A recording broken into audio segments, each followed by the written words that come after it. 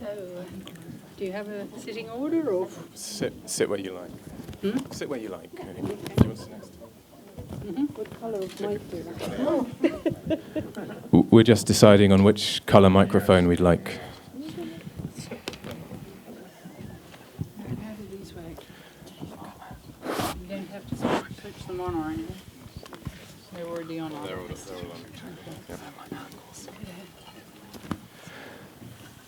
So, welcome to the third and final day of the Japanese Avant-garde and Experimental Film Festival 2018. We're delighted to be here in the brutalist yet beautiful surroundings of the Barbican, which I think might be quite suitable for this festival. So some of you may have attended events yesterday and on Friday, so welcome back to you, and warm welcome for those who are attending a JAEFF event for the first time. And I hope you're staying on, some of you, for our screenings later in the day.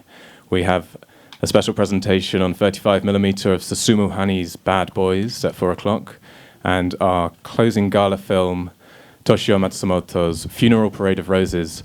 Now, the screenings are sold out, but I'm told there might be a few tickets remaining on the box office. So after this event, you may go and ask, and you might get lucky. Thank you for the Japan Foundation, who have sponsored this roundtable discussion, The Tremors of the New Wave, and for all their support with many aspects of this festival as well. So I'm going to introduce this panel, and I feel very privileged to share the stage with. On my left is Isolde Standish, who's a freelance writer and emeritus reader in film and media at SOAS, University of London. She has published extensively on Japanese cinema. Her main publications include Myth and Masculinity in Japanese Cinema, Towards a Political Reading of the Tragic Hero, A New History of Japanese Cinema, A Century of Narrative Film, and most recently, Politics, Porn and Protest, Japanese Avant-garde Cinema in the 1960s and 1970s. And she's currently working on a book-length study of Nagisa Oshima as well. Some of you would have seen her speak about Oshima's Diary of a Shinjuku Thief last night. Jennifer Coates is a senior lecturer in Japanese arts, culture and heritage at the Sainsbury Institute for the Study of Japanese Arts and Cultures. She was awarded a PhD in film and media from SOAS, and she is the author of Making Icons, Repetition and the Female Image in Japanese Cinema, 1945 to 1964. Jennifer has been a Kluge Fellow at the Library of Congress, Washington, D.C., a visiting research fellow at the Australian National University, and assistant professor at the Hakubi Center for Advanced Research at Kyoto University. Jelena Stojkovic is a lecturer in history and theory of photography at the Arts University Bournemouth. She holds a PhD in photography from the University of Westminster. And before joining the Arts University Bournemouth, Jelena was a Japan Foundation Research Fellow, associated with the University of Tokyo, and taught at the University of the Arts, London. She has also delivered several specialized courses at the Photographers Gallery here in London, and she is the author of The Impossible Avant-garde, Surrealism and Photography in 1930s Japan, which I believe is forthcoming, so is something to keep an eye out for. And last, but certainly not least, Julian Ross is a research fellow at the University of Westminster, where he also teaches. His PhD was on 1960s, 1970s Japanese expanded cinema, which he did at the University of Leeds. He's a curator, and his activities involving Japanese cinema and art have been presented at the Tate Modern here in London, the Art Institute of Chicago, the Beaux-Arts Center for Fine Arts, the BFI, the I Film Institute, Anthology Film Archives, and the Harvard Film Archive. And he was a curatorial consultant for the exhibition Japanese Expanded Cinema Revisited at the Tokyo Photographic Art Museum, and an assistant curator for the film series Art Theatre Guild and the Japanese Underground Cinema, 1960 to 1986, at MoMA in New York. And he's also the programmer at the International Film Festival, Rotterdam. So if you've had a chance to look at your program notes, you'll notice we've put on there a few kind of key, quite vague key discussion points. And soon I will stop talking, which will be a relief, and I'll hand over to people who are interesting to listen to. But my job will be mainly just to navigate through the choppy waters, so we get round to talking about each point on this paper. So firstly, a general contextualization of the 1960s in Japan, the counterculture and the protest movements. Then we'll move in to focus more narrowly on the arts during that time and on cinema. And thirdly, we'll be discussing gender representation. After each screening we've had thus far at the festival, I've had conversations about the representations of gender on screen. And I think, given that we have this time here today, it's worth using it to discuss some of these points. And lastly, we will leave some time for audience questions. So do start thinking if anything explodes in the imagination. As Cat Stevens once told us, don't be shy. My name, by the way, is George Crosswaite. I'm moderating. I'm also the festival producer, and I'm the co-founder of JAEFF, alongside Joshua Smith, the festival director. So I think it's enough of me and about time to open this up to our panel. And we're going to start by seeing if we can just sketch out the context of the politics and the social climate of the 1960s in Japan, which, if you've seen films from the Japanese New Wave, you'll know that so many of these films are either directly or indirectly addressing.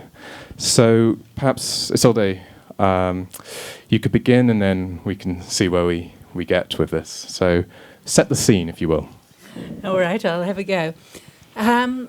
I think one of the points to make about Japanese cinema, particularly the avant-garde at this particular period, is that, in a sense, what united this generation of filmmakers, the experimental filmmakers, was a generational consciousness. Most of them were born around 1930, which meant they came of age, in a sense. They reached their mid-teens around the time of the end of the war. So their whole sort of experience of growing up and coming to adulthood was kind of framed within the period leading up to the end of the war and then the immediate post-defeat period. Now, obviously, this was a time of great deprivation and fear, and I think this is what sort of underpinned a lot of their thinking. Because unlike some sort of European film movements, there are specific manifestos and things that bound them together. Well, there certainly isn't that case with the Japanese avant-garde in the 60s and 70s. It was far more this generational experience.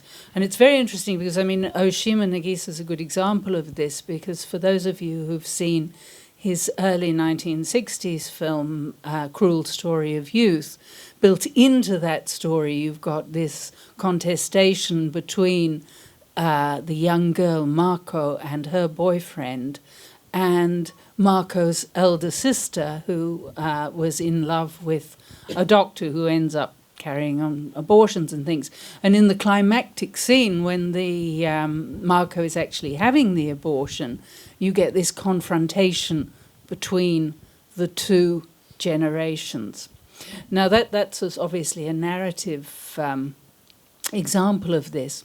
But the other thing I think that's central to this is this particular generation became sort of totally disillusioned with the promises of democracy. Because at first, when the Americans came in, and I talk about the Americans because even though it was, the supreme command for the Allied powers, it was basically the Americans who were in control. And so, in a sense, you had, and I touched on this last night in the introduction to Diary of a Shinjuku Thief, you had this generation growing up with one set of truths, the whole idea around the emperor system, the war effort, etc. Now, when the Americans came in, that was completely overturned, and that was, thought to have been wrong, and a new set of truths under ideals of democracy came into being. And with the new constitution, for instance, you had the inclusion of Clause 9, which meant the constitution became known popularly as the peace constitution, because Japan renounced any rights to have a standing army or to use military force to settle international disputes. So there were an awful lot of very positive things that came in, and this generation kind of embraced these. But then very early on, obviously, geopolitics were sort of leading towards the Cold War. And the Americans kicked in with what became known as the reverse course policy. And so this generation became disillusioned because, you know, they'd bought into the ideas of democracy and freedom and peace and all this sort of thing, only to have it then overthrown, in a sense, with the Cold War ethos of the reverse course policy. And this was then compounded, of course, because you had the Korean War starting in the 50s. And again, this was quite abhorrent because, I mean, for this generation that had sort of been through the war period, the idea of renouncing war was something, you know, very positive. And yet here was Japan, again, you know, supporting the Americans in the Korean War. And in many ways, I mean, we can say that the Japanese economy in the post-war period really took off thanks to being able to supply all the logistics to supporting the Americans in Korea. So there was this sort of duplicity, in a sense, in what the ruling conservative government was putting forward at the time. And this, I think, are the foundations of the student opposition to the conservative government policies. And of course, a little bit later on, you get the Japan's supposed security forces coming into operation, which was virtually another, you know, the development of a standing army. So these were the various policies that were underlying the politics, if you like, of the period. But if we think particularly of the cinematic representations, the mainstream studios were all very conservative. And at the end of the war, the studio bosses were actually all purged and were not supposed to participate in public life. But by the 1950s, all the wartime bosses had been reinstated into the studios. And there was a very close relationship between the ruling Conservative Party, it eventually became the the LDP, the Liberal Democratic Party, and the studio bosses. And you get this sort of genre of films that were produced, which very much portrayed Japan as a victim, because of, obviously, this was quite easy to do because, I mean, Japan being the only nation to have suffered a nuclear attack with Hiroshima and Nagasaki. And this became one of the dominant narratives, if you like, of what I've called the war retro film. And so by kind of turning the discourse away from Japan as an aggressor in the war and into a kind of victim of the war, this provided a kind of let-out for people. And it meant that Japan's actual role in the war was never really discussed. Now, again, this generation of avant-garde filmmakers, and here I'm talking about Oshima Nagisa, Yoshida Yoshishige, Imamura Shohei, and various others, they felt that there should be a more open discussion of Japan's past and its history. So they were very much in opposition to the studio system. And indeed, I mean, Oshima Nagisa walked out of the studio in disgust in 1960 after his film Night and Fog in Japan was withdrawn from cinemas. And of course, you'll know from the title, Night and Fog in Japan was echoing Alan René's 1955 film Night and Fog, which was dealing with the Holocaust, obviously, the Jewish Holocaust. So you can see these kind of synergies between what was happening in Europe and the Japanese avant-garde in terms of themes. And so in opposing genre films, the Japanese avant-garde, I would argue, decided that it wasn't only narrative storytelling that had to change, i.e. the content of films, but the very form in which these films were made had to change. And this, I think, is where we can define it as an avant-garde movement. So it's this idea of a generational consciousness that fed in to ideas of how do we present these stories to a public? How do we create a new relationship between the image and the audience, so that cinema doesn't just act as a palliative where we all agree the national story, but where we actually make the audience think about what they're seeing and understanding. Does that sort of help to kick off the debate? Certainly. Well, thank you, Isolde. But as anyone who was in the audience yesterday for the screening of Shinsuke Ogawa's Forest of Oppression will have had a very up-close, intimate experience of the student movement protests in Japan in 1967. And yes, good idea. I felt, given that our focus is on youth and on protest movements, it might be worth just describing what was at stake in those protests. And once Julian stopped pouring water,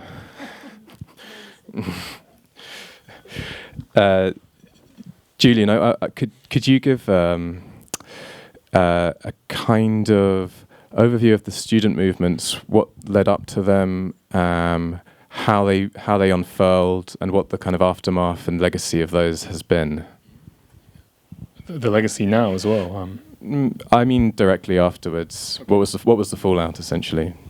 I mean, it's always important, I think, to keep in mind that the 60s student movements or demonstrations had a recent past in mind, where, you know, leading up to the 1960 U.S.-Japan Securities Treaty, there were also protests. And that ended with failure in a sense, because the security treaty was signed again. So the late 60s demonstrations and protest movements had that in mind, this recent failure. And for many who are involved, they experienced that firsthand.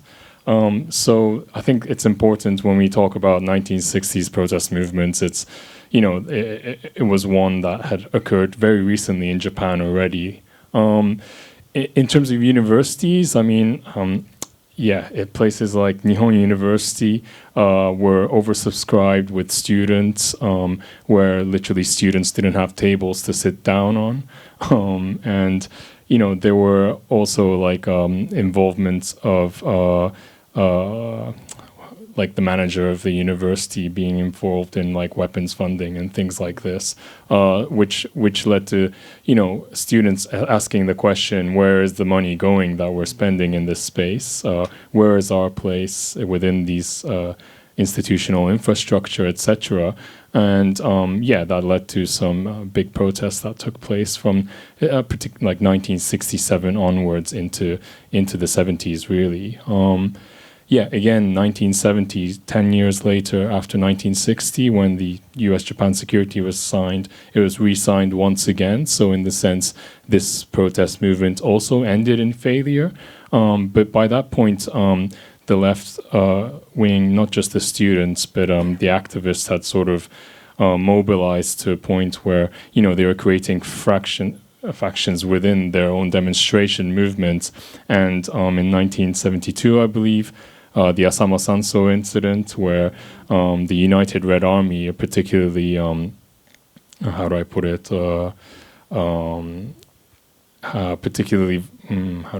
like they were training with weapons and things, this United Red Army, they had gone to the mountains to do all this training by this point with ready for war, basically.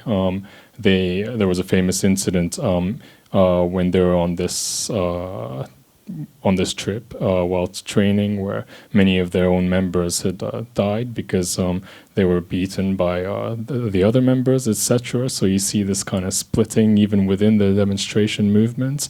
And finally, they take a woman, I believe, captive in her house in the mountains, and there was like a standoff with the police for many hours on this very widely televised event, and that is often seen as like the moment in which the kind of demonstrations and activism became, how do I put it, the hope for change to happen in the near future kind of dissipated. And so the 1960s in its entirety, in that sense, especially from the mid-1960s onwards, was one that where protests and activism was present on the media all the time. As I said, the Asama Sanso incident was at the point the most widely televised event with like the most people watching it in the history of television in Japan. When you watch cinema, it's very present on the screen, in newspapers and magazines, etc. Some of the members of these student movements became celebrities in their own rights. There are big events like the Mishima Yukio, the writer, and Terayama Shuji, artist, writer, theater director, filmmaker. The two of them did a public standoff at a university lecture all about these student movements and things. So it was very much part of the public discourse and conversation. To what extent that legacy exists today is maybe we should talk about it later, perhaps, because I think we're going to talk a little more about contemporary art and cinema later, and perhaps it echoes some of those concerns. But Thanks. I just wanted to get an impression of what the kind of culture, the counterculture was like in the 60s, because I think we have quite firm ideas of what the 60s, particularly the late 60s, were like in the West, in the Anglo-American sphere. So either you remember it, although I'm told if you do remember it, you weren't there, or you have experienced it in a kind of mediated sense. So we've seen so many films, we've read so many books, so we listen to the music obviously a lot. So we have this kind of cultural memory of what kind of the free love movement in the 60s and kind of Woodstock and these things. But so I wonder, Yelena, perhaps, was it similar in Japan? If you're a young person in the 60s and you're full of righteous anger, desire for new kind of forms of expression, for rebellion and counterculture, what was kind of your day-to-day life like? How were you participating in movements? How were you expressing yourself? I think this, let's say, desire for comparison in a way is unavoidable. So, but for me, it's also quite sort of difficult to address in situations like these.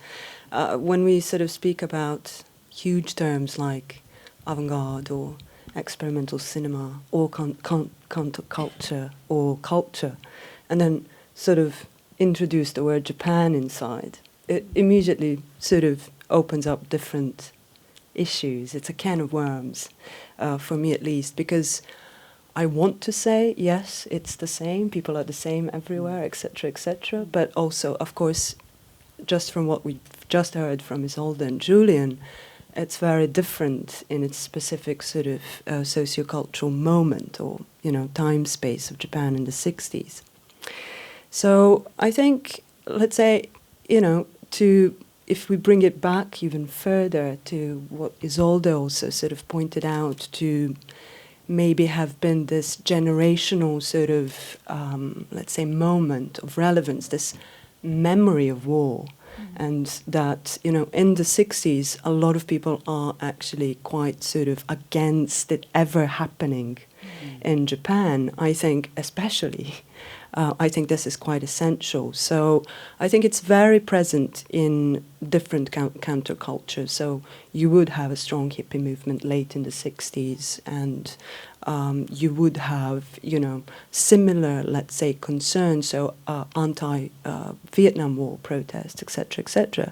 But in Japan, the difference is that this, let's say, memory of the Second World War and Japan's sort of involvement in this war is at what's at stake. It's not Vietnam only. It's with Vietnam in 1968-9, it's almost over for Japan. This is what Julian is saying. So what Julian is saying is that we have protests very, very active from early 1950s. And if you think about when AMPO is first signed, 1952, it's very simultaneous. So the next day you have, thousands of policemen and protesters hurt in Tokyo. 1955, you have women movements sort of joining the student movements. 1959, you have, workers organizing to support this. 1960, it explodes. So 1968, in a way, sort of when we then speak about, countercultures in a certain Western discourse, it's a bit different. So, of course, Japanese at this time also very much, up for or, opening up in every single way. So internationalization of different discourses is also very important. So to sort of exclude Japan from any of those discourses, I think very, very wrong. But to also sort of deny or neglect certain specificities of the historical moment that I think is all just so, very, very well portrayed, sort of is essential in a way. And if we think about, even earlier on, the generation from the 30s and who are the avant-garde's, let's say, mentors in the 50s, are very much, sort of pre-war avant-gardists from Japan, I would argue. So the lineages there are sort of quite interesting to look at in various ways.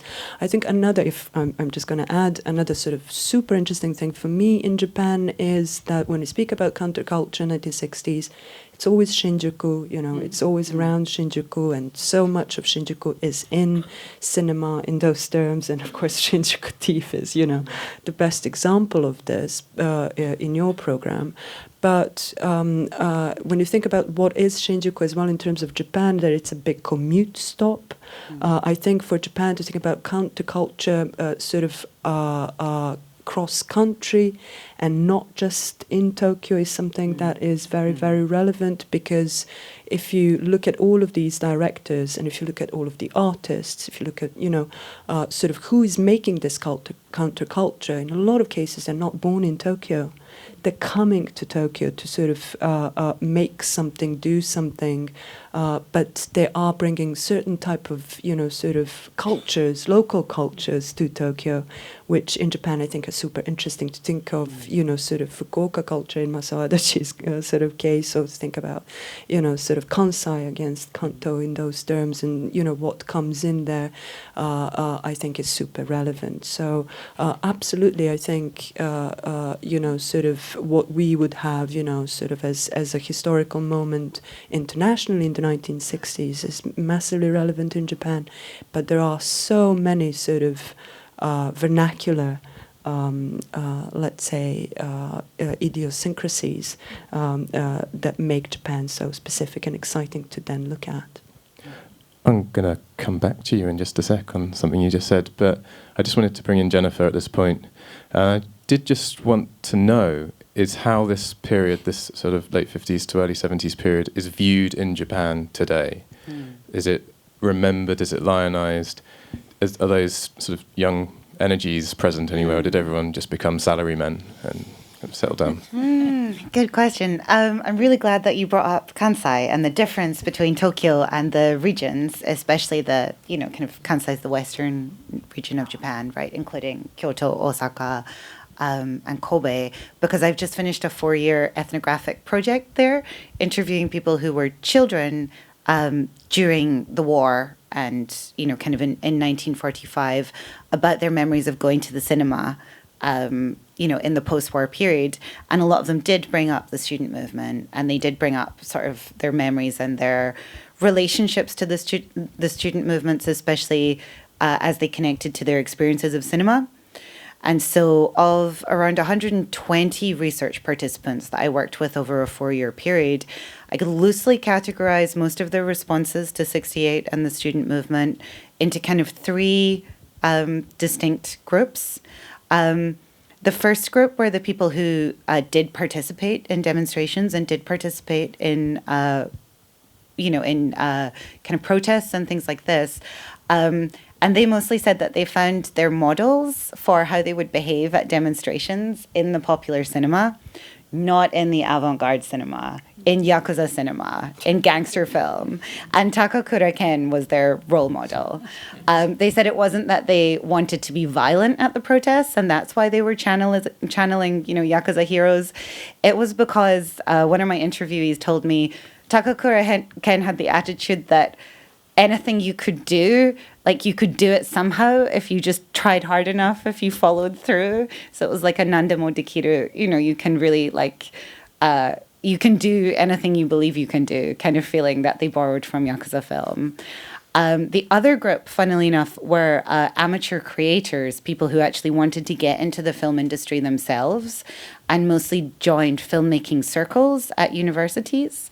One interviewee who I spoke to was part of Kyoto University amateur filmmaking group at the same time as the student protest movement was barricading the university. And he got very angry because the classroom that they were using to plan their amateur films was given over to the student movement because they, kind of barricaded parts of the university. And so we have this funny situation in Kyoto right now where Kyoto University really commemorates the student movement activity that happened at the university in the 60s and 70s. And you'll know Oshima Nagisa, for example, the organizations that he was part of, they actually have kind of sealed off and commemorated the rooms where they left all their kind of posters and placards and things like this. But at the same time, the local community has this memory of the student movement as enormously disruptive for the things that they were trying to do, including, train as filmmakers themselves. And then the third group were basically people who were a little bit too young to actually be involved in the 68 movement, but who did actively go to the cinema to consume representations of it. So really, actually, the people that I spoke to in Kyoto who were interested in sort of lionizing a memory of 68 and lionizing a memory of the student movement were people who were enormously into avant-garde cinema, but just that little bit too young to actually be involved in the movement themselves. Back to Yelena. And I think we're switching our spotlight to focus a little more on the art of the time and on cinema. So just wanted to know how did the arts, and particularly the avant-garde arts, respond to these post-war conditions that Isolde set out in this sort of period leading up to the 60s and during the 60s as well? I mean, if we sort of open up the issue of avant-garde to sort of wider field of, contemporaneity from film into, let's say, photography, performance art, etc., etc., it is a super interesting moment, I think, for Japan because a lot of different things happen. For one, as I've already mentioned, this internationalization happens, so Japan starts to really finally get on the map. In a way, and 60s and the end of 60s at the time when this happens, I think the 10th Tokyo Biennial, the Man in Matter 1970 Biennial, is taking up by some authors as this moment when this finally does happen. But if you think about sort of different people present emerging on the scene, Kusama Yayoi, Onkawara, this is the moment that it does actually happen. Of course, it happens in communication with other centers, but this is also when it happens. Another thing that I think is super interesting for this period is very much the crossovers between different media. So this is, I think, in terms of 60s, where this politics or the culture of the protest movements just spills out to every single medium. So we often tend to sort of box them out from each other and look at cinema in sort of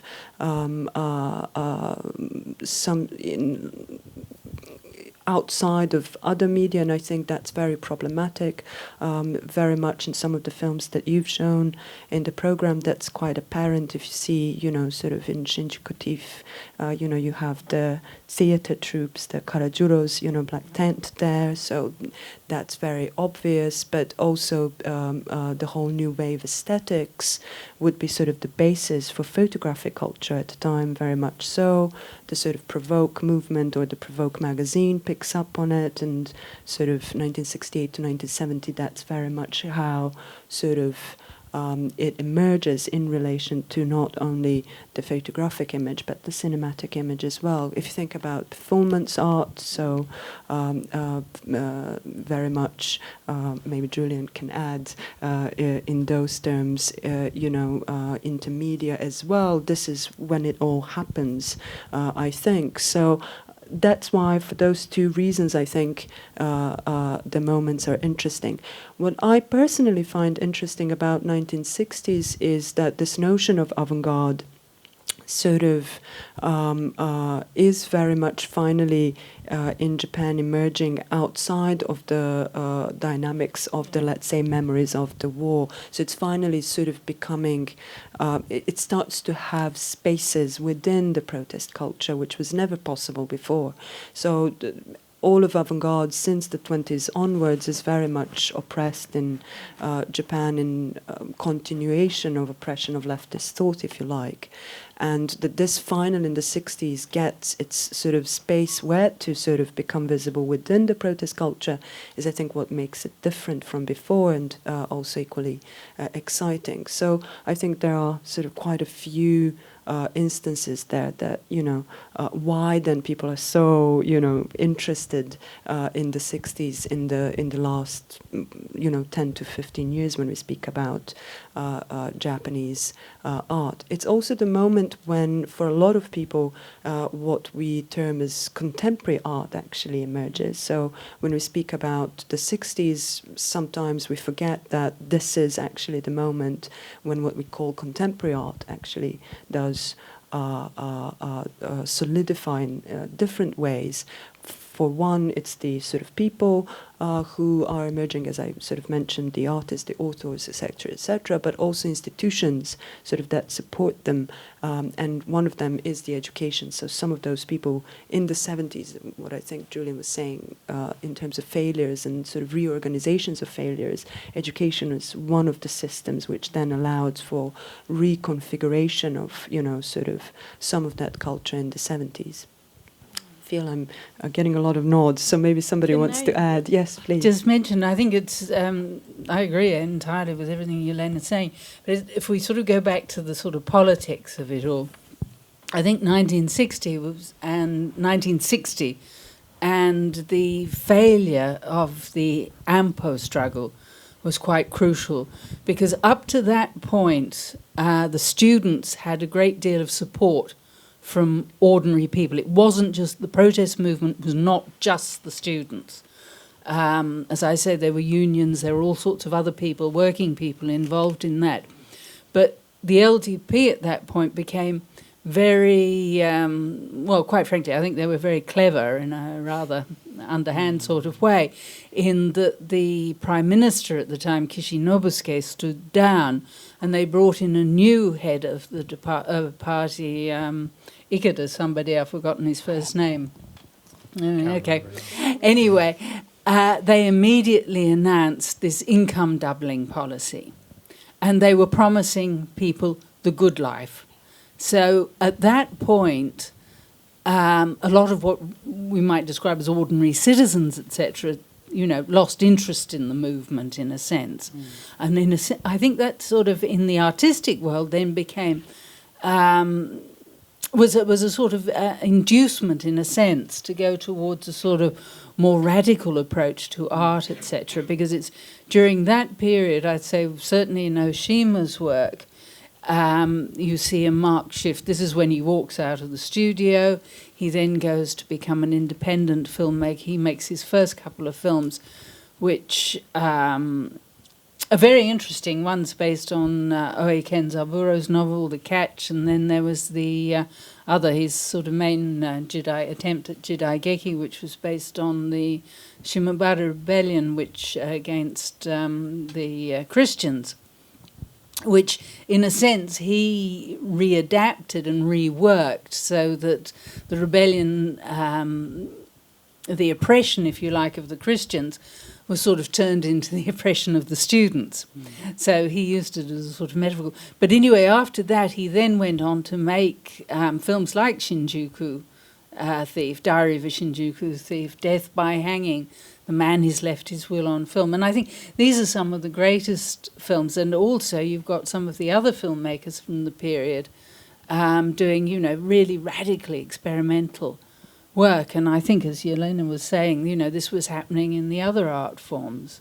In the sense with Karajuro, going back to the Red Tent, I mean, I think his aim was to sort of take kabuki back to what it was originally, which was a people's art. Because, you know, we talk about the riverbed performers, this kind of thing. So he took kabuki back into the streets, into popular culture, as opposed to the sort of elitist form of theatre it became during the Meiji Restoration after 1868, when there was a conscious attempt to sort of raise the level of kabuki to, you know, an elite art form, etc.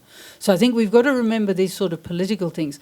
So again, if we talk about it in terms of generational consciousness, you've got to realise that the students who fought the 1960 AMPO struggle with one generation, and by the time you get to 68, you've got the next generation coming on.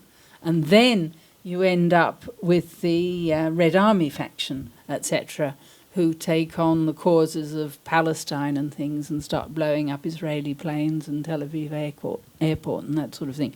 So again, I think you do need to think of it in terms of sort of generations. I wonder if Julian wants to add anything to the idea of sort of cinema expanding into different forms of representation.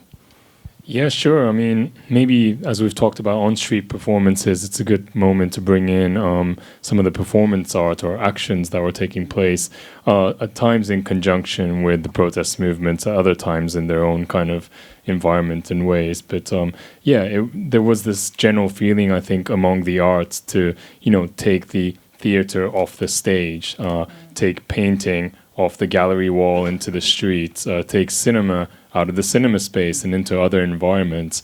And while looking for their different environments, I think they found one another and started collaborating in these ways. And and these protests, performance art movements in particular, I think are of interest to discuss, because they really took the street as their stage. And there's groups like Zero Jigen, but also groups like Play, that's more Kansai. These collectives also, they weren't just one or two figures, but they often performed together. Took the streets at their stage. Also because you get more media attention there as well, which is always important to keep in mind. I mean, these performances that took place were often ephemeral events, because several of them were done completely naked, which is obviously a problem for the police, in which case you can't have a whole kind of, you know, gathering of people watching them, because, the police will, come to look at what's going on. So what happens there is that they get sort of captured by cameras, not only, journalists and photographers from magazines, but also filmmakers and photographers, artists. Yes, and there's like a certain afterlife, and you see all these performances taking place on the cinema screen in experimental film. You'll see one tonight, Zero Jigen appear in Funeral Parade of Roses, for example.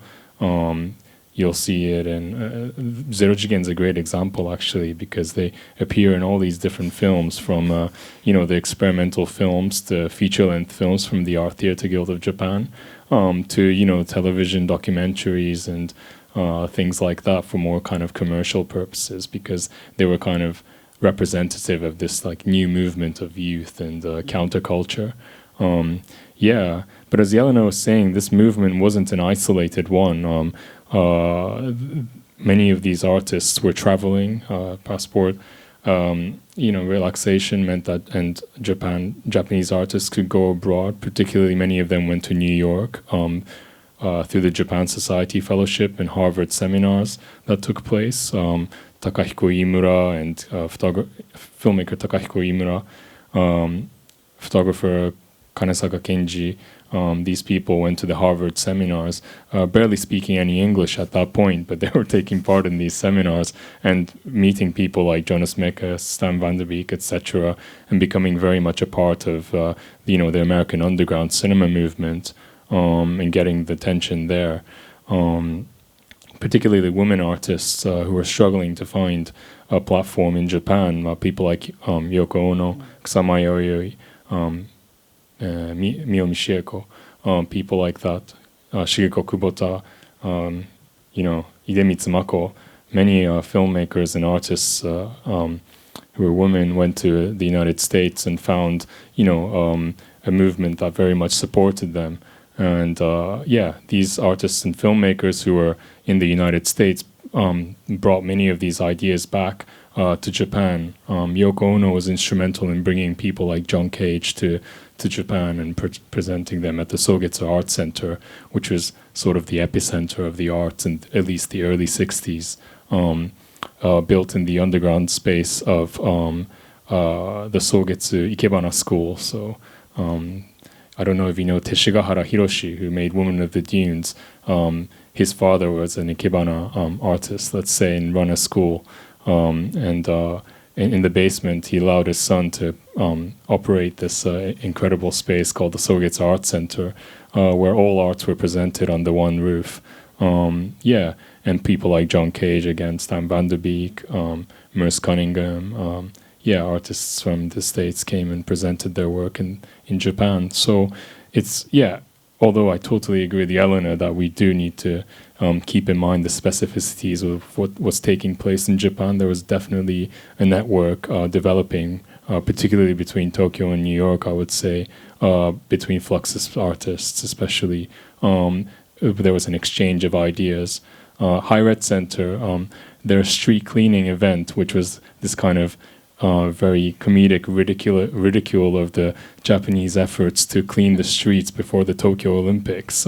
They went out in the kind of cleaning gear and started cleaning little corners of the street as a performance.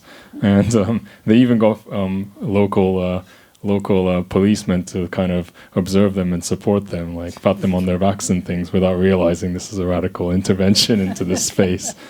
This performance was staged in Europe and also in the States by other Fluxus artists who took the idea and presented it themselves. And some of the performances that Dick Higgins, for example, was performing in the States was being reperformed in discotheques and things like that at events in Tokyo especially. So there was definitely this network of actions, Thanks. Does that answer the question? Yeah. I went into a tangent there. It's a fantastic tangent.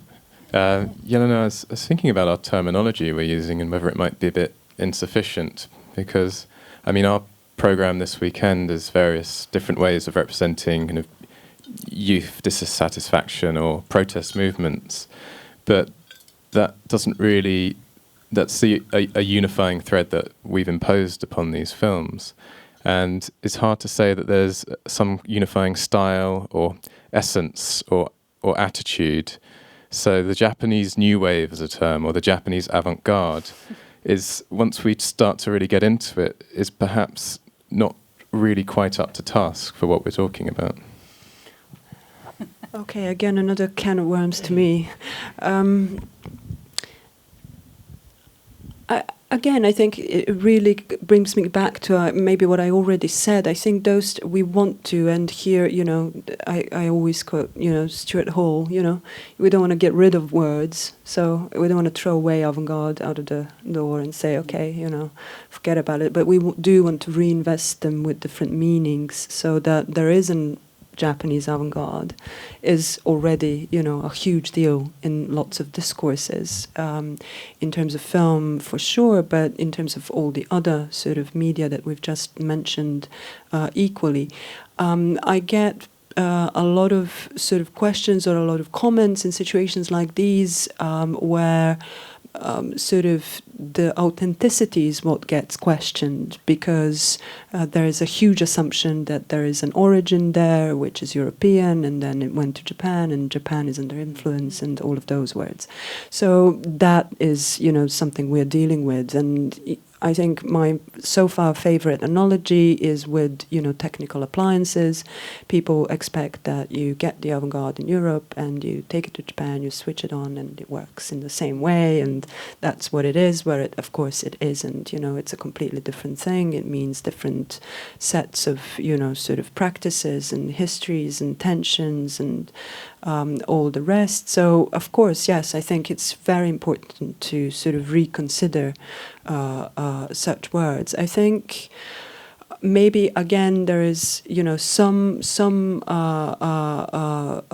danger there in sort of assuming that these networks of avant-garde art appearing in the 60s or maybe even the 50s or in that terms post-war are actually only just emerging in Japan. So in those terms I think it's very important to sort of remember that we had very politicized avant-garde in 1920s Japan, and especially in terms of theater, people like Murayama Tomoyoshi and Mavo and all of that sort of went into 30s and then was sort of inherited in the 1950s. So as much as Japan was part of this network, it also had its own sort of lineage there of historical avant-gardes re-emerging in the post-war period. This is something that sort of a lot of scholarship that sort of wants to look at the, sort of exciting bit of Japanese sort of post-war art wants to sort of also sweep under the floor, under the carpet, and not really sort of talk about, because it's difficult and, sort of not really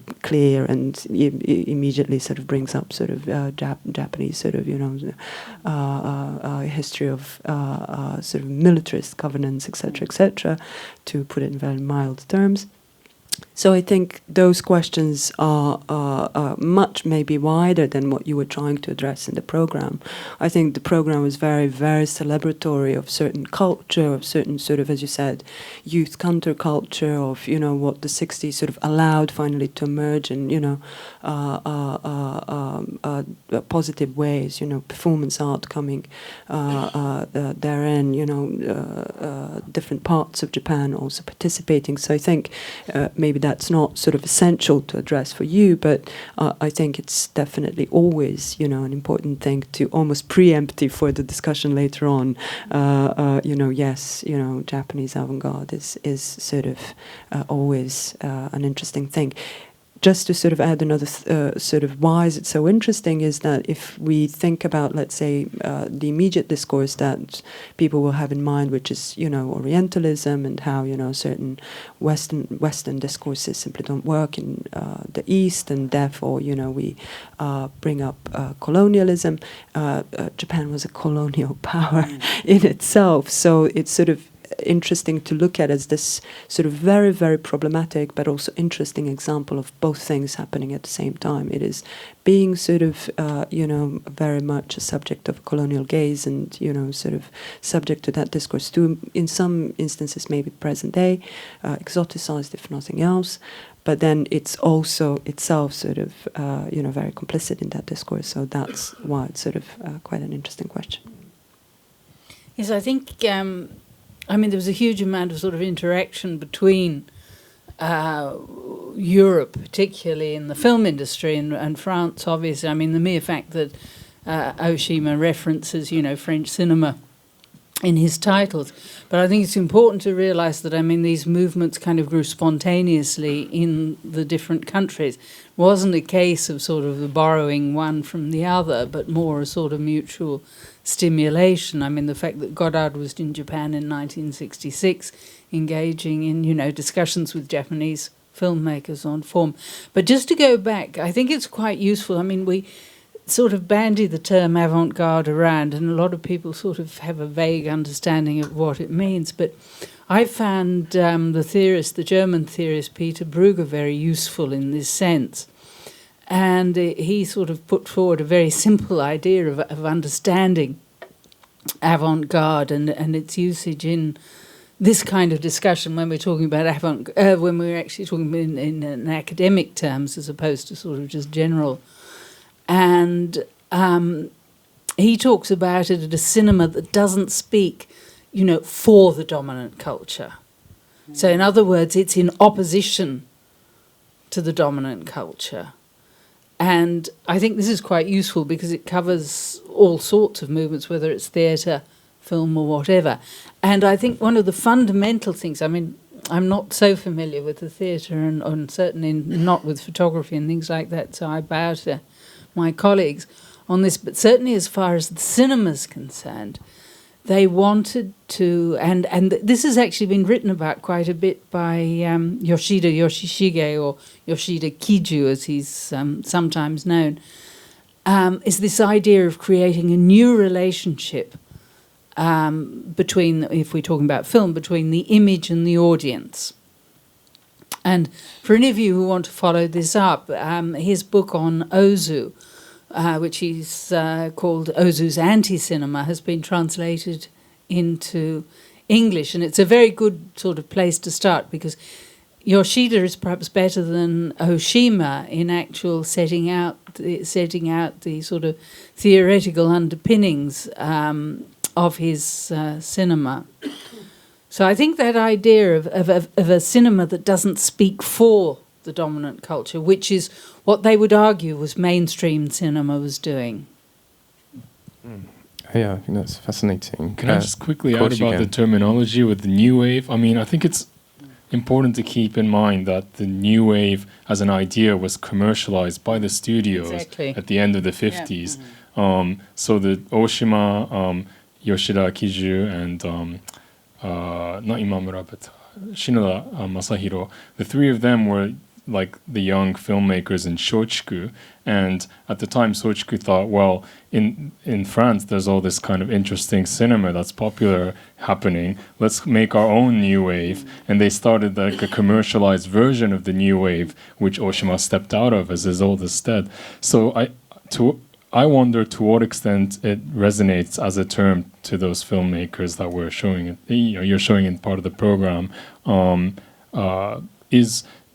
Did the filmmakers discuss their work as new wave cinema in the late 1960s?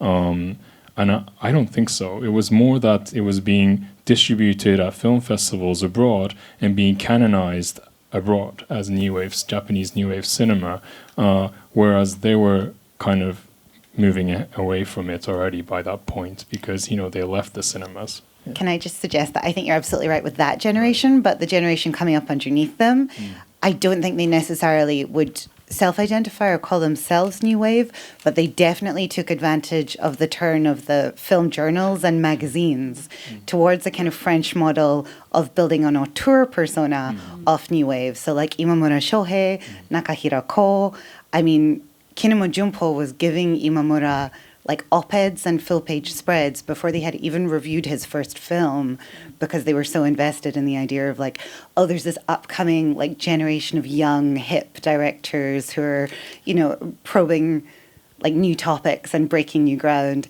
And it seems like, at least in the interviews that were published in Kinemo Junpo in the very late 50s and early 60s, that Imamura and Nakahira, among others, are quite happy to go along with that, right?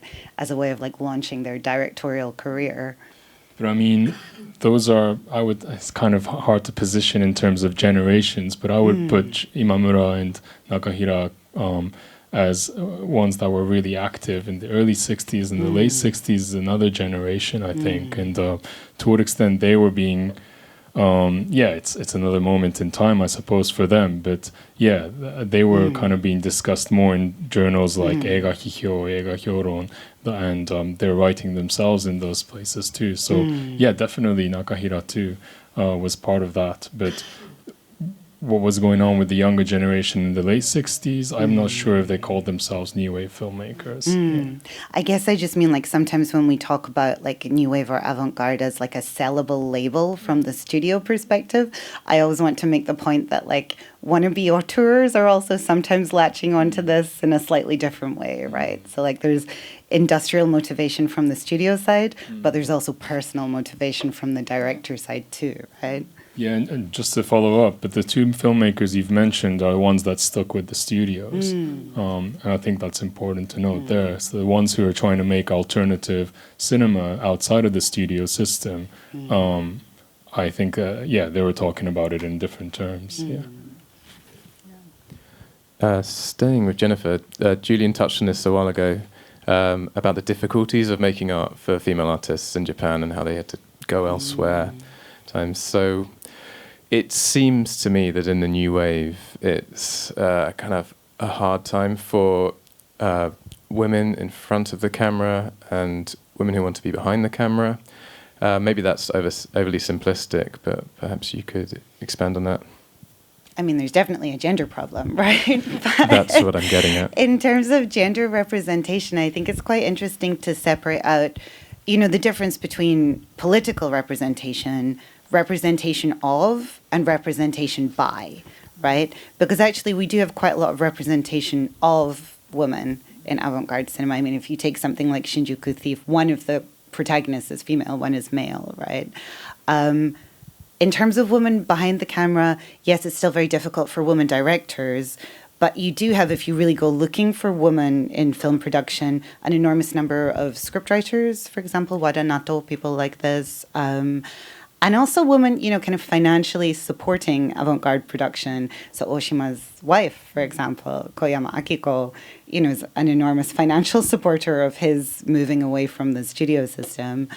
Coming up to the present day, I guess people like Yamashiro Chikako, I think it's amazing that you included her in this festival. I guess there is an element of leaving the Japanese production system and coming back, in that, you know, she did her training in Surrey, for example, in the UK, and, you know, cites Gilbert and George and you know, British artists as among her inspirations.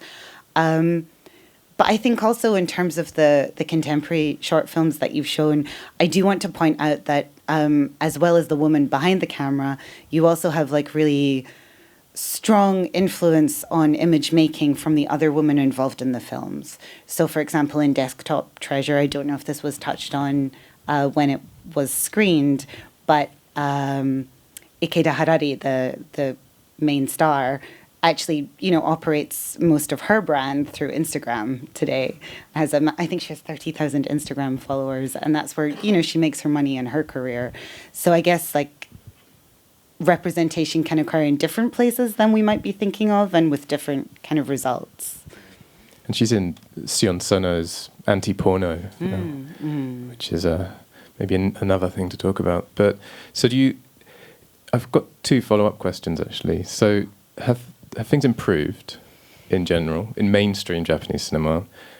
And given that we're seeing perhaps another can of worms, given that we're able to find these female directors working in more experimental forms, more independent forms, has that sort of the access to that, our access to that, created a kind of haven or a place where female voices can be heard?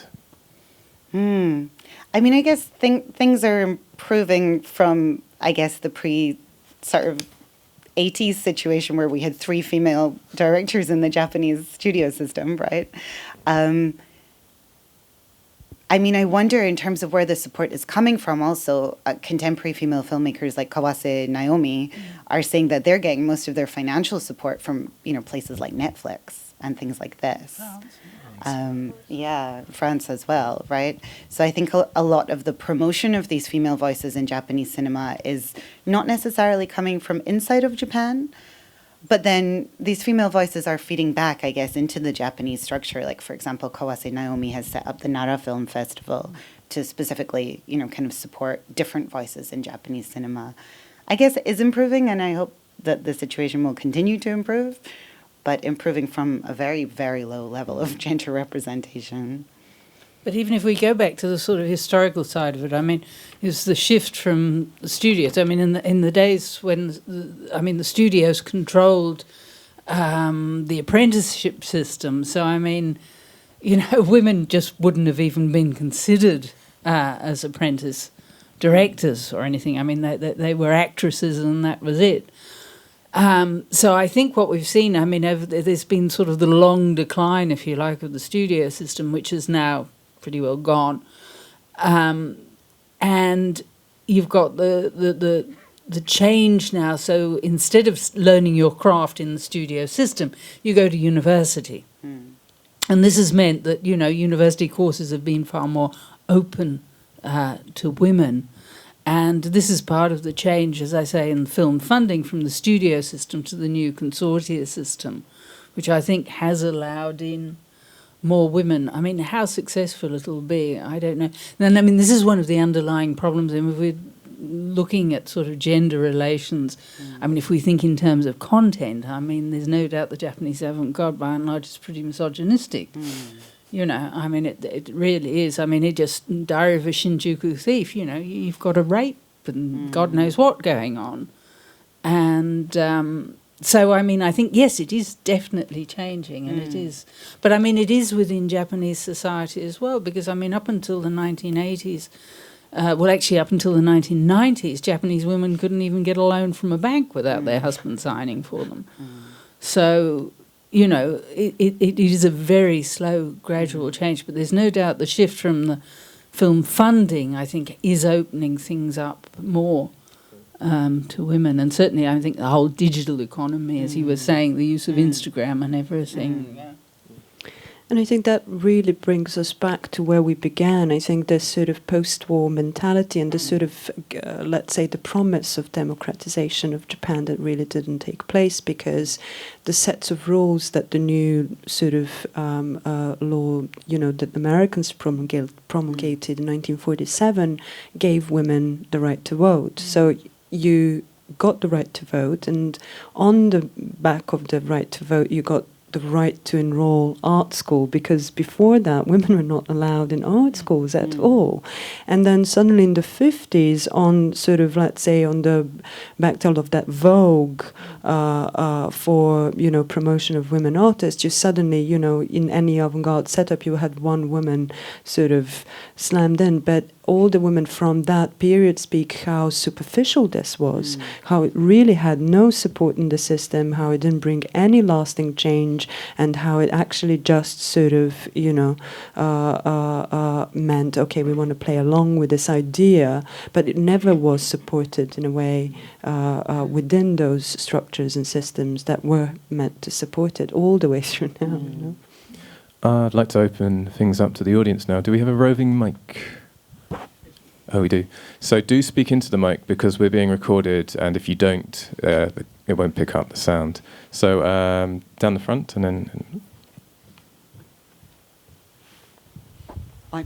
Just to carry on from this discussion, I watched last night on Mubi again, Eros plus Massacre, and I'd love to hear the panel's comments on the portrayal of Ito within that film.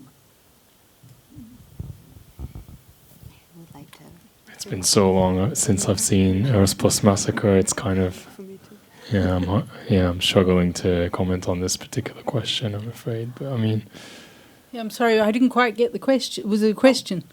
Sorry. Ito Noe. Is it on? Yes. Yeah. The question was commenting on the portrayal of Ito, the feminist writer of the 20s, in Eros plus Massacre. Yeah, well, I think that's a fascinating film, and I think I do think, I mean, having just said about avant-garde filmmakers being extremely misogynistic, I should have said that I think Yoshida is probably one of the better ones, quite frankly. And I think his portrayal, the film is structured so much around the relationship of time and history. And in a sense, I think there's a conversation going on between Ito Noe and the young girl in the film, the contemporary girl from the 1960s, presumably a student. And so in a sense, the film, I think, is asking, have we achieved what Ito Noe and that generation set out to achieve now? And this is the kind of dialogue that goes on between the two. And I'm not sure that there is an actual answer, because this is what I was saying, and this is what I think so crucial about Yoshida's films, is he was so concerned to alter, to try and force the viewer into a different relationship with the image. So he didn't give you an answer. In a sense, he raised questions for you to kind of relate back to your own life. So, but yes, I think it's a fascinating portrayal of Ito Noe's life, because, I mean, she was quite an iconic figure in the fact that she was just a simple country girl. She wasn't part of the sort of educated elite. I mean, she came up from the country, I think it was Shikoku, wasn't it, somewhere like that, to Tokyo, and kind of joined in with this movement. But again, you see, I think it's very hard precisely because Yoshida was playing with this whole idea of form and creating this trying to create this different relationship between the spectator and the image, that it's kind of up to you to interpret it as it relates to your own life and to your own experience. Does that sort of answer the question a little bit? I think it's a fascinating. Oh, I think it's a wonderful film. It's one of my absolute favourites. Yeah, no, I fully agree. Maybe to just follow up on that while the microphone rose. Yeah, and, there's that scene in Eros Plus Massacre where there's the projection onto the woman's body, and I see that a lot in all these films. Yeah, I mean, it's a beautiful image, but I see a lot of that, like in Tokyo Sensou Sengohyo. The Man Who Left His Will on film. You also see a very similar scene in experimental cinema. You see it a lot too. In some of the, and I've also found in journals and magazines like these discotheques with women dancers dancing and projections onto their bodies. Strip shows also with projections onto their bodies, and you kind of see it across culture, and you think, what is going on with this? Why is in these spaces and in these cultural forms are women being this kind of screened for representation to be projected onto? And I think that points to a problematic situation in terms of gender representation that was taking place in Japan. Women are often used as symbols. The rape you see in Diary of a Shinjuku Thief, the rape that takes place in many of Adachi's films, they're kind of metaphors for perhaps something more political in a broader sense, but it's kind of if we look at it from where we stand today, it's deeply uncomfortable because rape shouldn't be, used as a metaphor. It's something to deal with in a serious way, as it is. So yeah, this kind of projection onto bodies, I think for me, points to this kind of problem of gender representation in 1960s Japanese culture.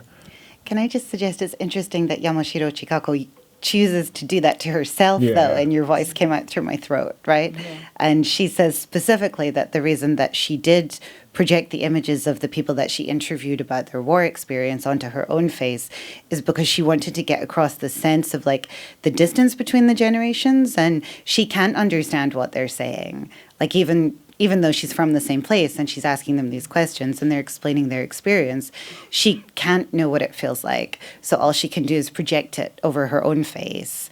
And I wonder, you can't sort of attribute, I guess, intentionality to Yoshida, but it would be interesting to think about whether what he's doing, collapsing those projections, is actually to point out the impossibility of mapping Ito Noe's experience onto the 60s experience of free love, for example, which would be the comparison I think that you'd be tempted to make between the two situations. Yeah, because the images are of like war-torn Japan and things from the during the war, so that's definitely. Well, it's the 1923 earthquake, isn't it? Oh, excuse me, that's true. Yeah.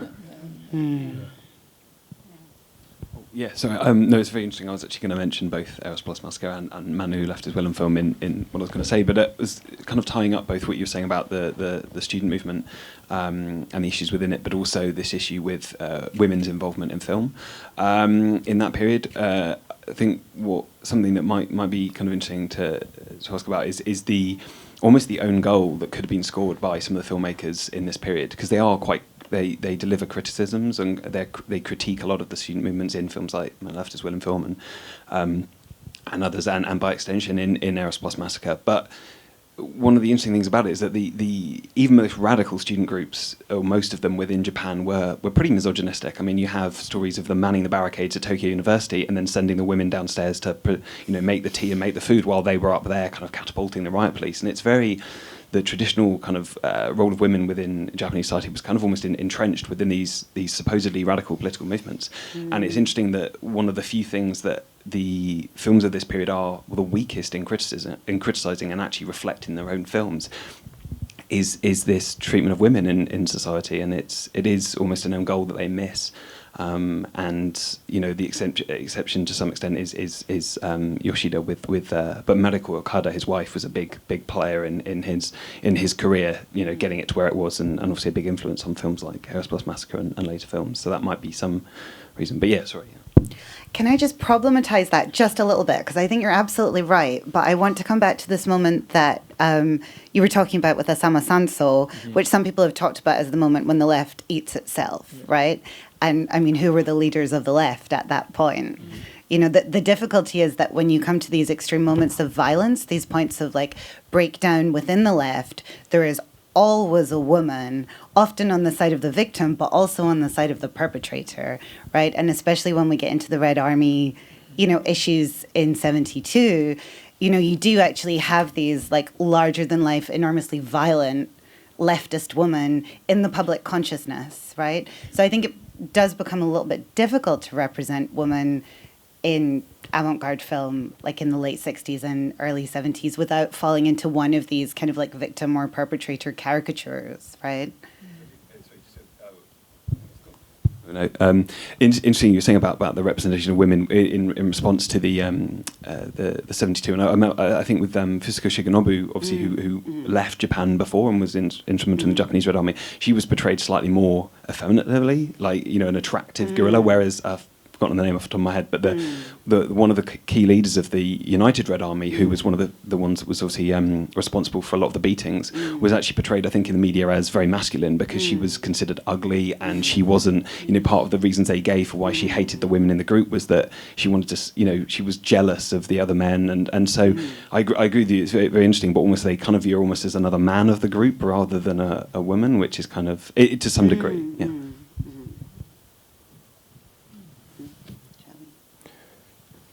Question down here. I was really interested in what you were saying about the relationship, I guess, between France or other European new waves and Japan. And I was wondering if you could talk more about the perhaps like reciprocal relationship between the two and influences both ways, and any similarities or differences in terms of like style or themes or spirit or production practices. Thanks. Me, is it? Okay.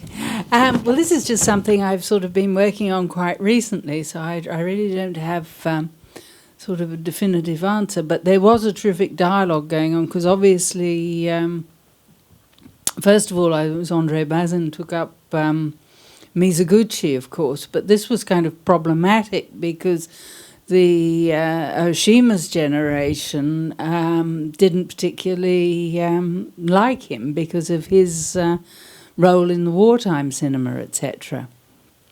So early on, you had this very complicated relationship where sort of people like Oshima and Yoshida took films like Eros plus Massacre, etc., to Cannes and places like that, and they were always being asked by reporters and things, what do you think of Mizoguchi's work? Isn't he wonderful, etc.? And they were sort of then trying to explain, well, he's not quite as amazing as you seem to think. So that was sort of one of the very early sort of discourses that were going on. But as I say, later Godard did visit Japan, and they seemed to get on very well in the sense that this whole discussion of form and the avant-garde became the centre. And there's no doubt, I mean, the Japanese are very quick at getting things translated out. I mean, for instance, Godard's collective works were all completely translated into Japanese quite early on, whereas, I mean, I think we don't even have an English translation of them yet, for instance. The other thing, of course, that was quite central was Jean-Paul Sartre's novel Nausea was on the Japanese bestseller list in the, I think it was 1946, and it stayed there for a while. And again, he and Simone de Beauvoir both visited Japan at one stage. And existentialism as a theory became very popular in Japan as a result of Nausea's popularity. And this again sort of, I'm sorry to keep doing this, but goes back to the war, because if we go back to the mainstream films that sort of, the war retro films that focus very much on this idea of Japan as victim, well, victims don't have a choice in life, do they? Whereas Sartre's idea that, you know, freedom is choice, that even if you choose not to make a choice, became a sort of counter-argument to this whole victimization theme. And a lot of that, I think, fed into the themes of the films, etc.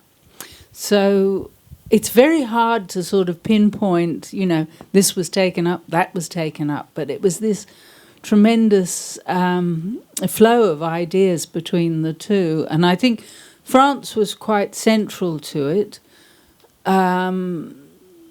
Partly because, I mean, the Japanese films were taken up, first of all, by, French filmmakers and theorists. And as I say, André Bazin was one of the first to do so. And similarly, as I say, because of the translations and things that were happening in Japan at the same time, it was a terrific cross-fertilization. If you read Michael Rain's essay on crazed food that was screened a couple of days ago, right? It talks about Truffaut writing about the film and being for Cahiers de Cinema before he became a filmmaker himself, and how much he was inspired by the energy of the film, the youth, subject of youth, etc. And then you see him become a filmmaker himself and make, the 400 Blows about youth again. So I think there was definitely this cross-fertilization. But one that I really enjoy reading about is Toshio Matsumoto's admiration for Alain Resnais in particular, especially I forgot the name of the film, but it's called, it's about, Guernica, where he basically writes about Resnais's documentary of Guernica, which he looks at the painting, but not in its entirety, always in fragments. And he kind of theorizes this idea as avant-garde documentary, and he starts, when he becomes a filmmaker himself as well, aspiring to become a documentarian that looks at the fragments of life rather than trying to capture everything in its entirety, kind of looking at the impossibility again of capturing in one shot everything, a historical event, and rather, bringing all these fragments together into one film. So that's his theory of avant-garde documentary, which is one of the most widely read and referenced essays in Japanese cinema of the late 50s and early 60s. So it very much inspired a whole generation of filmmakers in their approach to documentary. Yeah. Question up the back.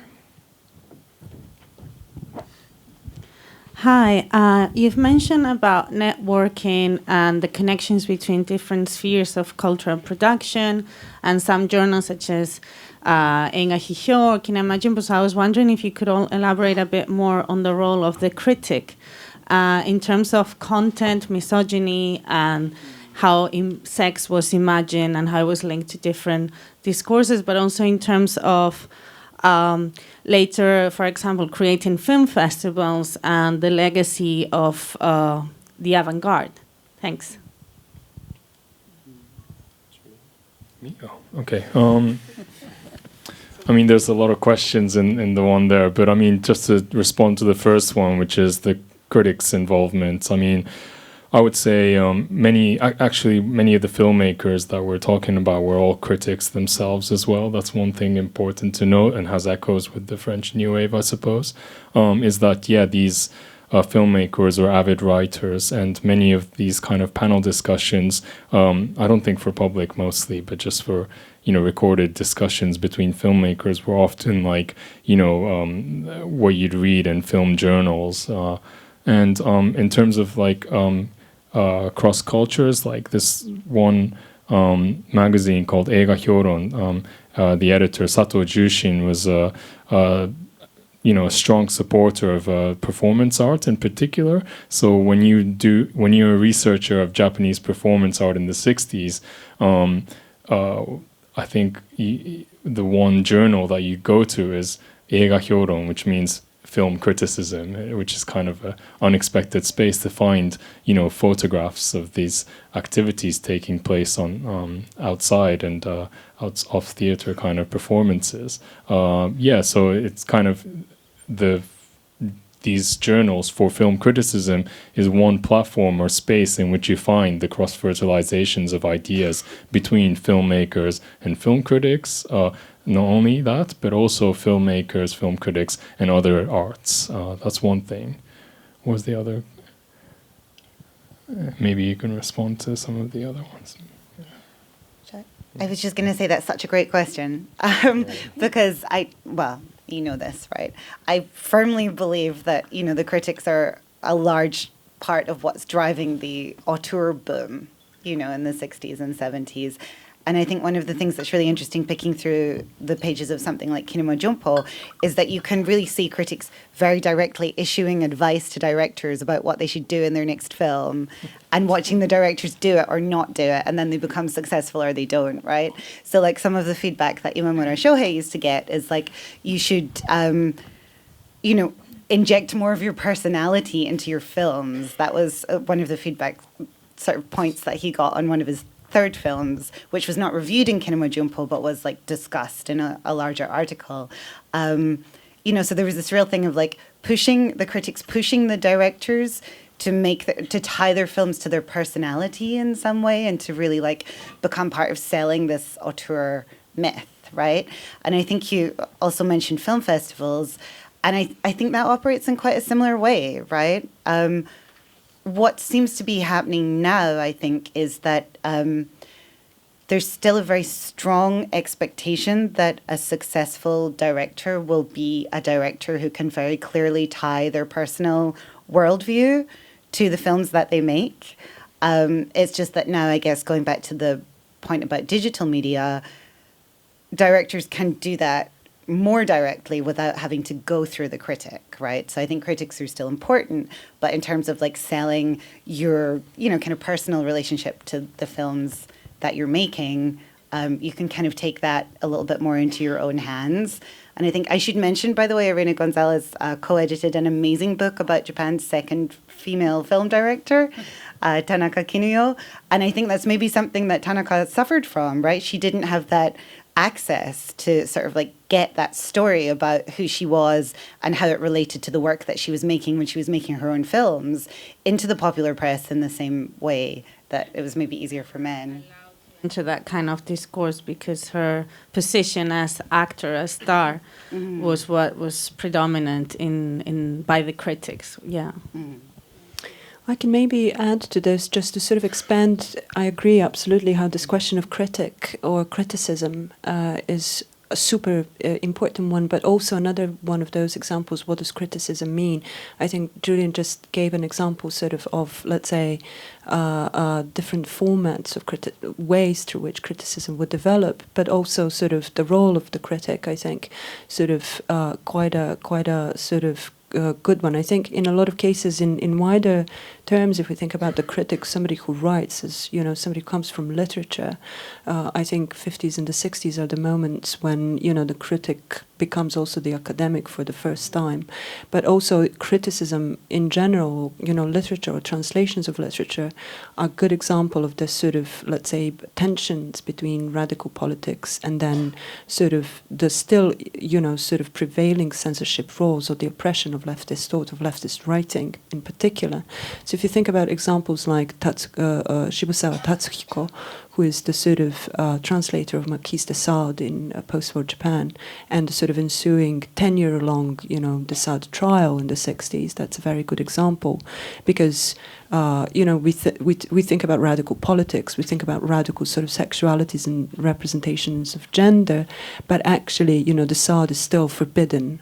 So radical literature, Bataille, de Sade, sort of these references which are massively important to all the, not only filmmakers but artists at the time, are actually illegal, have to be read either in sort of original language or not at all. So I think in the Diary of the Shinjuku Thief, this moment in the bookshop when you see all of this sort of translations, they're also very important in those terms. I think so radical literature is something that comes to mind when we speak about sort of radicality and criticism and sexuality. I'm afraid time has overtaken us.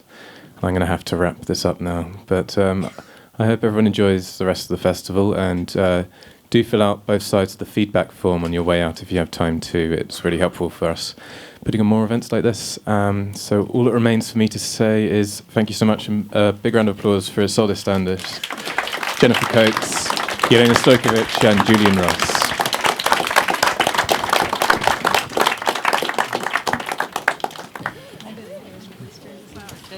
until 4, yeah. We can exit. Thank you very much. Yes. On that, thanks very much.